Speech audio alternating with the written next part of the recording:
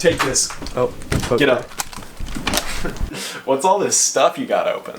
It's actually my essay for the SAT. Yeah, no, we don't need that. Why did you hit don't save?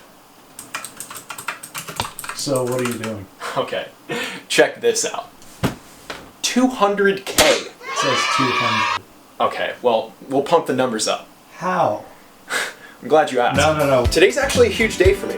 I'm preparing for my interview with Cejih later, and I'm going to be testing out this new marketing strategy that I developed. I call it the comprehensive advertisement and live visualization through interpersonal networking. How is this a marketing strategy? How is it not? Let's think about some interview questions. You should ask about He's salaried. Yeah, that's exactly where I was going. Thoughts on the drip? the what? Does parents name him after the company, or does Cejih just mean cool guy? Rate this cut on a scale of 1 to CEO. It's not really a cut. Wave check me. That's the point.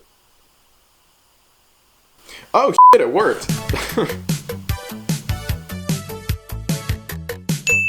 Okay, we've been spitballing for 2 hours now, and the interview's in 30 minutes. What do you have?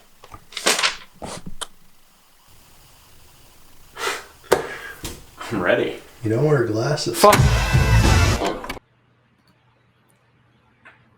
Hey, CG, how's it going?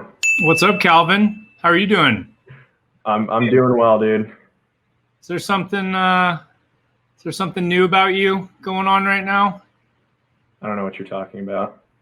I like those glasses you got on. I don't I know. appreciate that. Are those a new I'm edition? professional though, so I would like to actually move into the episode now.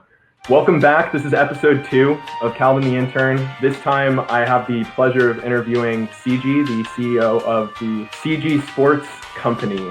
How's it going, man? Dude, it's going good. It's going good. Thanks for having me back. Of course. We can actually get into it now. I'm going to take these off. I do a quick glasses change myself. Oh, that's so much better.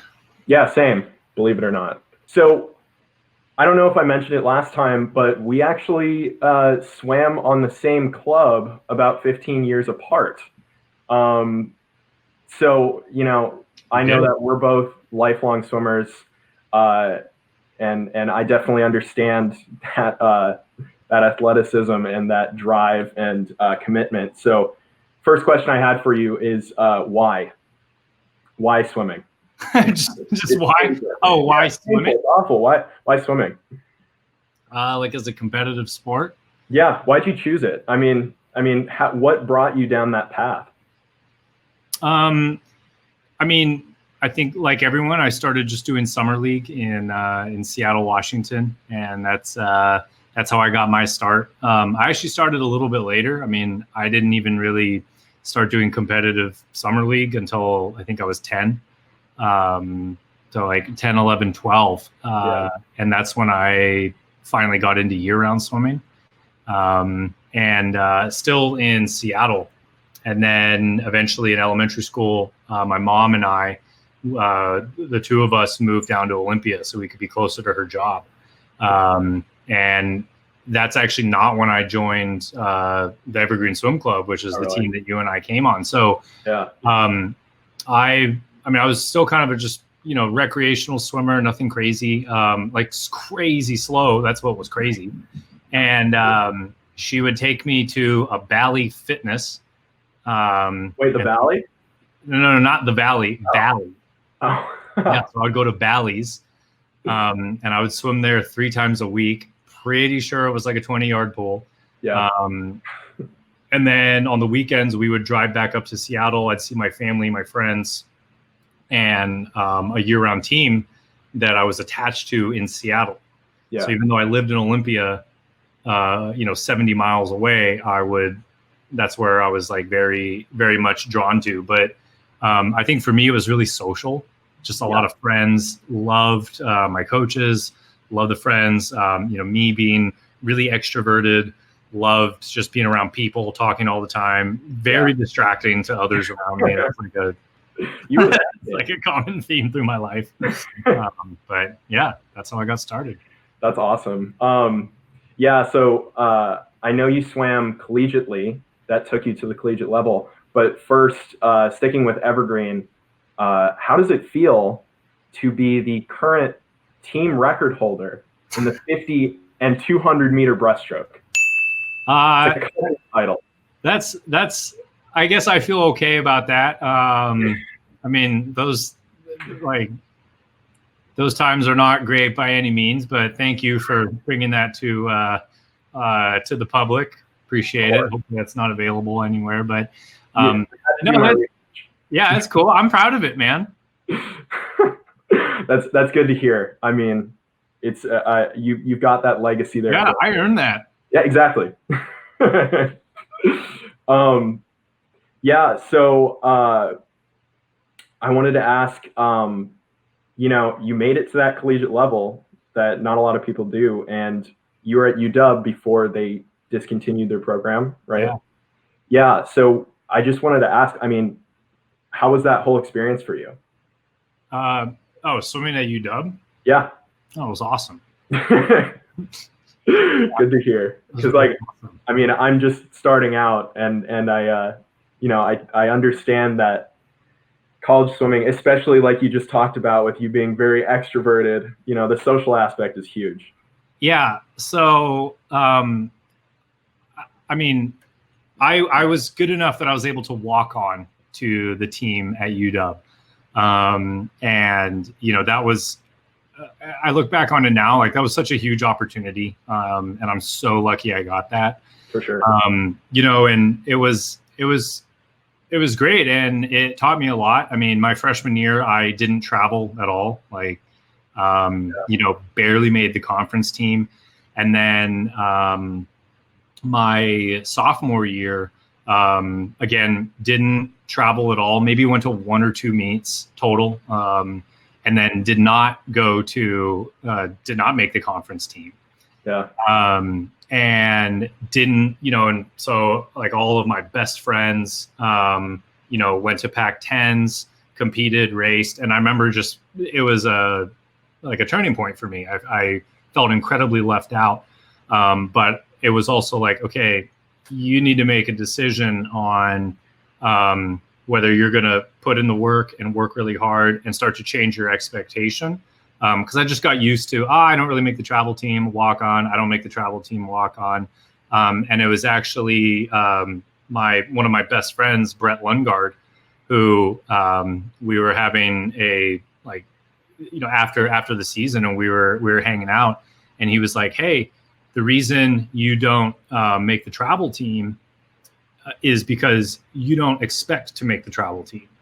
And he was like, I watch you and you walk up and you look at that list and you're not like, there's no emotion behind it. You just kind of shrug your shoulders and you make a joke about it, but you should be getting pissed off. You should be getting, some emotion about it, and that's going to change your behavior.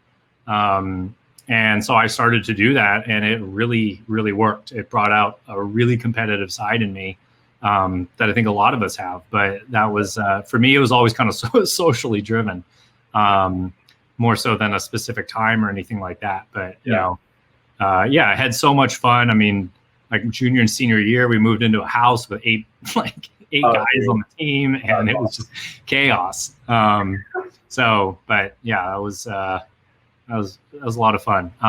The one thing I was phenomenally just very gifted at was recruiting. So I was very, very good at when recruits would come in and come on, very good at just building rapport with them, building a relationship, asking them questions about themselves, getting them talking, and then kind of learning from there what really made them, motivated and passionate, and then trying to weave that into, a sales pitch on why the University of Washington would be the best place. So that was the beginning of my agent career, or my sales career. I was just going to say, I mean, with you, what you were bringing up with shifting your attitude and developing that that hard work mentality. And then with what you just mentioned, I mean, did you foster that affinity for sales, that passion for business? Did you foster that while you were at UW on the team? No. That was No, before or after? There's like stories like this throughout my life. It was just always there. Yeah, it's just kind of always there. So sort of brought on from, I mean, I think just an enjoyment from just talking to people, and just being a very talkative kid. And I think swimming, it kind of teaches young people to get used to talking to adults, which I actually believe is kind of a lost art. Like not a lot of young people get to have that. Yeah. And as a swimmer, you're talking to your coach, you're talking to officials, you're talking to volunteers. And so that you just become so used to it, but you don't realize how that is just not how it always is for, your other probably non-competitive sports peers. Sure. But yeah, I mean, when I was in high school, part of one of my first sponsorship gigs was I was part of this club called the Cultural Awareness Committee. And the teacher who ran that was a teacher named Joe Alonzo. I know him. And, and he kind of oversaw that. And we had to put to this like international night dinner. It's a huge dinner, invite the whole school. We would sell tickets and all this stuff. And then we had to get food. And the idea was to get food from different nationalities and different cultures. So my job was to go around to the different restaurants, like the Chinese restaurant. There was an amazing Japanese sushi restaurant, Indian, Mexican, Hispanic, all over. And so I just went over and just knocked. And I had this sponsorship letter, and it was like, dear sir, madam, I'm Cejih Yung of Capitol High School and the Cultural Awareness Committee. We would love for you to come on as a sponsor and donate all this food. In exchange, we'll give you signage. We'll hand out all your business cards to everyone there. We'll drive traffic. We'll give you a shout out at the beginning, in the middle, and at the end of the event, and all this stuff. And I went and I handed all of that out and was able to get all these restaurants to donate and sign up and make the event really successful. Oh my God. That's awesome. Yeah. So that's how I spent my high school years. You were already a professional. Yeah. Yeah, I think I still have that letter somewhere. Probably at my mom's house. But that's no, awesome. it was yeah. So I mean, like always very extroverted, but definitely not afraid of sales, not afraid of talking to folks, especially if it was something I was really passionate about. And the thing that I was always most passionate about through my whole life was the sport of swimming. Yeah. And I always knew that I always knew that this was the goal. Like this was always the goal, what you see today. No idea how to ever get there. Like not even a clue, because it didn't really exist. And so, it took a long time and a really unconventional road, but here we are. Well, yeah, I mean, from my perspective, it's really cool to see like you connect those two things. Because I mean, I can definitely relate with like, I've been really passionate about swimming, but I've never seen it as a career for me, or like something I could, connect the dots with this passion I have with, video editing and video creation and stuff like that. And, I went into college looking at being an exercise science major. So it's like, it'd be really cool to work with those top level athletes. And then now I'm doing that kind of, but through a route I'm more passionate for. So like just hearing that story from you, that's really inspirational to me that you were able to make that for yourself. That's cool, man. I appreciate that. Yeah, it's it's been an awesome journey. I mean, it's still going, but it was a huge, a lot of it was just kind of like doing and not really thinking too much, and just trying to get things in place, and I mean, obviously trying to help a lot of people too along the way, but, I'm glad we've been able to do things kind of my way, the way that I believe that they should be done just from a value standpoint. So, yeah. For sure.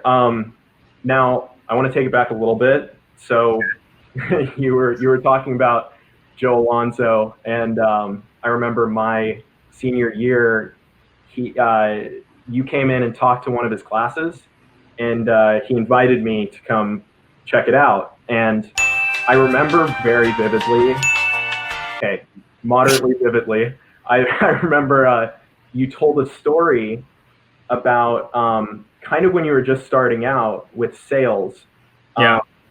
And you were selling, I think, DVDs at a swim meet. Yeah. You remember this story?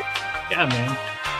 Dude, if you could, I personally resonated with that story a lot. So I think this would be a great time to kind of hear that. All right. So yeah, I guess early on, I had this job where, well, part of my job was to go around to swim meets and sell DVDs of Olympic swimmers doing technique and all of this stuff. And it was captured on video, above water, underwater, like the production quality was beautiful, and everything. And part of the plan was to go to these swim meets around the country, set up a table, set up a TV, play, like it was a 5 DVD set, and it was a 4 DVD set. No, I think it was 5. And, play that and just start to sell the DVDs to people, like face to face. Here it is. Do you want to buy this? Talk to them about it and all that stuff. And like, I mean, you've been to swim meets, like you're in the stands. It is hot. It is humid. It's sweaty. The last thing you want is a salesperson, trying to holler at you as you're walking up and down the halls. Yeah. And this is how I spent my weekends. Oh God! For 18 months, it was crazy. Wow. At the time, it definitely was not fun, but I learned a lot about like human interaction, about how to make a quick connection with someone, and also just how to hear no, like some of the hardest no's you've ever heard. Yeah. Over and over and over again. And so it just built this protective armor around me that actually, would later on really help me. I had a brief stint in software sales. And, a lot of the stuff I learned there actually really, really helped. So it was pretty cool. But the specific story was I was at this swim meet in Atlanta. Yeah. And I was getting up at around 5:30 in the morning. We had to be there before warm up, everything set up. And then I would stay there until the end of finals. And that would be, 9, 10 o'clock, 11 o'clock at night. And I would do that 3-4 days in a row. So it was crazy. Like I would work 40 hours during the week and then in the weekend, like another 40 hours. Oh my God, dude. Yeah. And so this particular meet, the crowd was a little hostile. And they just were not feeling me. And, I had a quota that I had to hit and it was tough. The first day I might've sold 10 box sets. So 5 DVDs, total, in each box set. So 50 DVDs.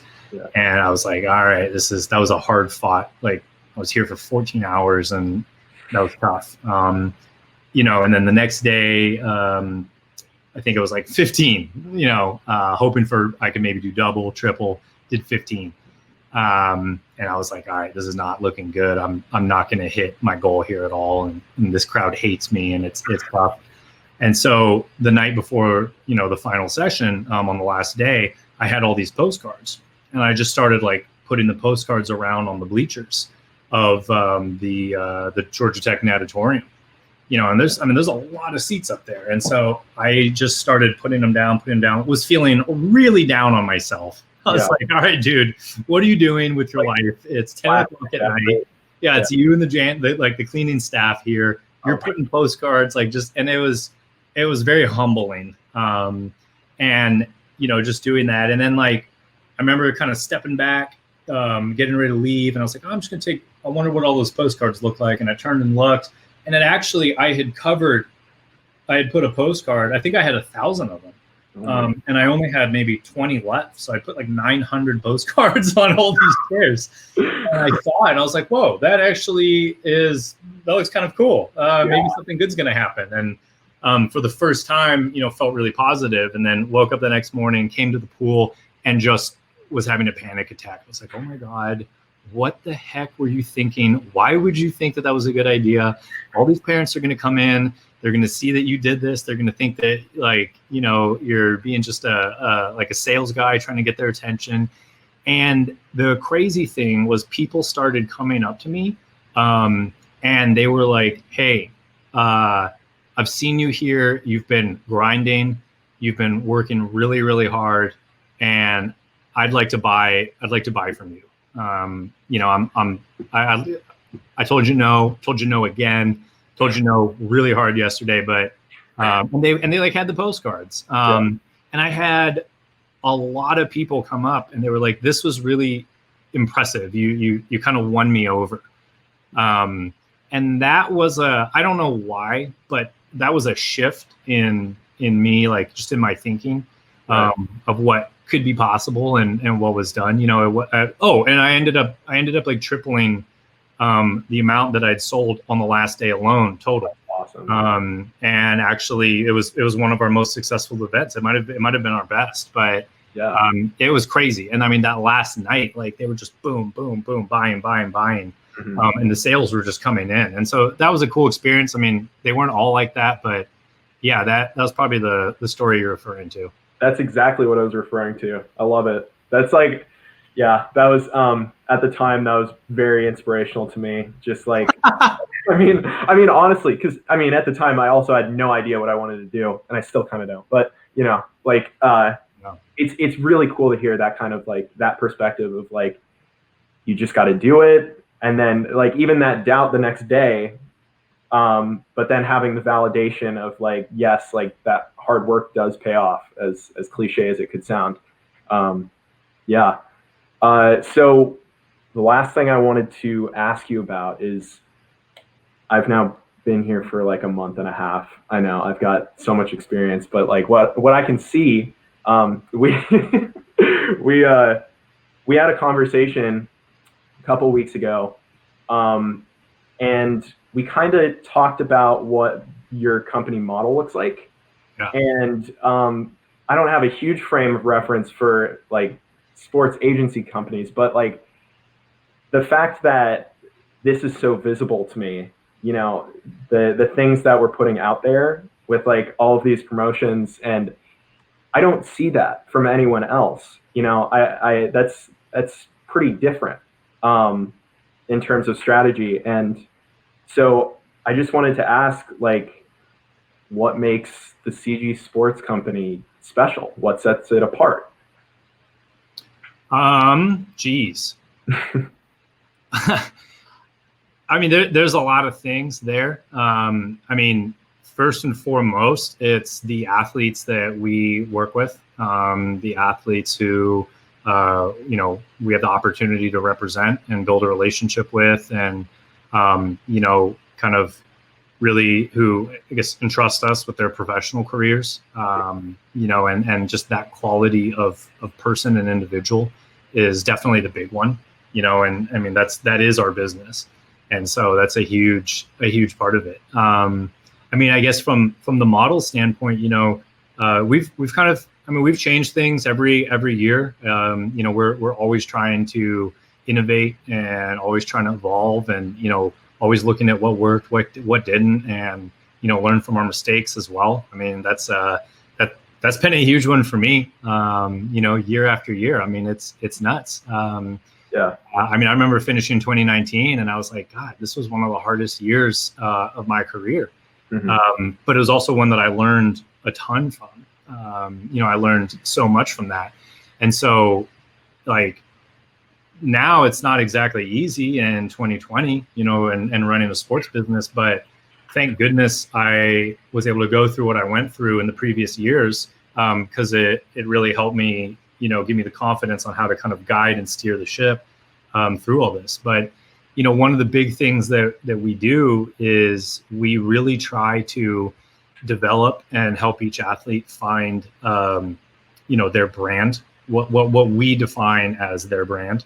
Yeah. A lot of folks say, oh, that's part of my brand, or I don't want to do this because that's not really my brand. But when you actually look at what they have set up, there is no brand. It's there's not a true, by our definition, a professional brand.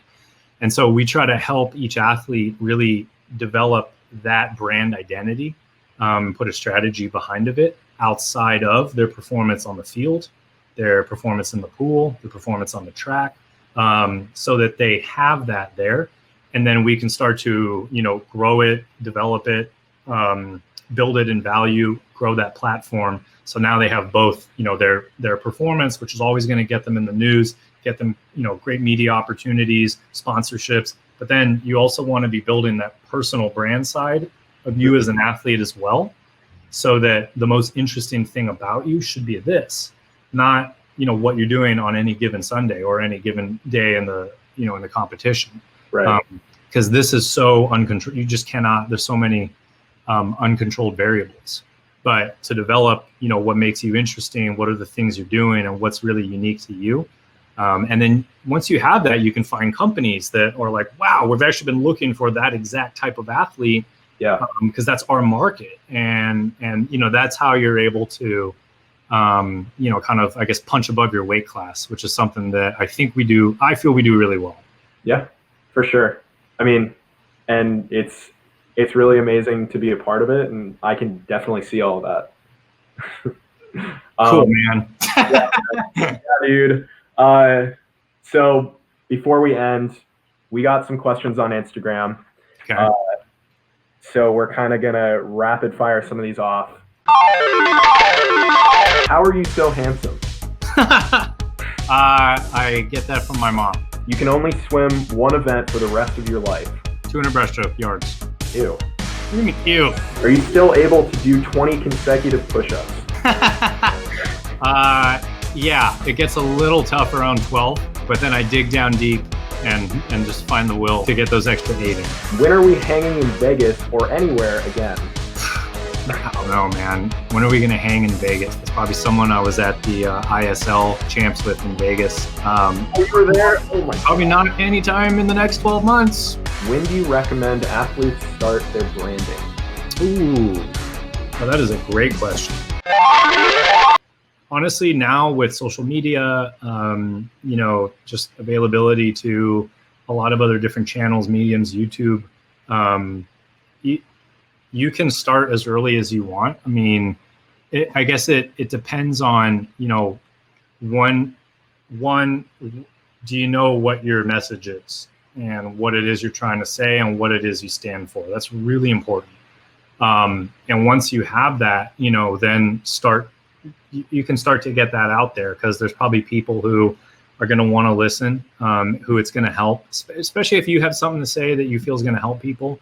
That's also really important too. And then you can start to, get that out there on YouTube or just basic social media stuff, or even just a blog or a newsletter or whatever that may be. But that's kind of how you start to get your voice. And then, your voice can lead to a following. And then through that, you can start to establish kind of, okay, these are sort of the 3 things that I'm about and that my brand represents. And then you can start to associate that with, creating your logo, which is always really fun, your website and how that's going to interact with people, what are the things you're going to offer, and so on and so forth. Awesome. Well, that's all I've got for you. So I guess the last thing is, do you have any last thoughts? Anything else you want to say in this series for the few people that get to this point in the video? Yeah, I mean, I guess, it's definitely a really weird time right now. We have a lot of fun. I mean, we actually got a really good response from episode 1 of Calvin the Intern. So, props Calvin up top. I mean, nice job there. Everyone wrote in and were like, this is so much fun. It looks like you guys are having such a good time. And we definitely do. But we also, we get down to business. Like, we get down to work here. Yeah. But we also have to learn, hey, I got some really good advice from a friend of mine who's in commercial real estate, which is a tough biz to be in, but right now, and they were like, hey, during times like this, it's also important not to try to spin, you don't want to spin your wheels, and try to be everything to everyone. Because that's a great way to just exhaust yourself, and then you have nothing left to contribute, to give. And so that's like, these days are kind of long and kind of short at the same time. It's weird. So don't think that you're going to be able to get it all done in one day, 1 week, or even a month, and the changes are going to be incremental. But if you're able to get a little bit, I think, done each day, or not, I mean, like, we definitely have off days at the company, for sure. Like, not everyone is on all the time, every single day. But, that's, I'd say, folks, don't be too hard on yourself, because everyone's going through it, and that does actually help. For sure. Well, thanks for coming. I know. Yeah, we did it, dude. I'm not sure who's going to be on next time, but yeah. If you're on, then it'll no doubt be a success. So cool. Well, we have some exciting stuff coming up, over the next few weeks. Yeah. So that'll be looking forward to sharing that. But this has been a nice kind of getting to know, one another on this show. But I think we'll have some exciting announcements and some good business stuff to talk about as well. But you asked good questions, sir. Thank you. I'm impressed. Thank you. Oh my God. That was, now I'm going to let my hair down. Yeah. Cool.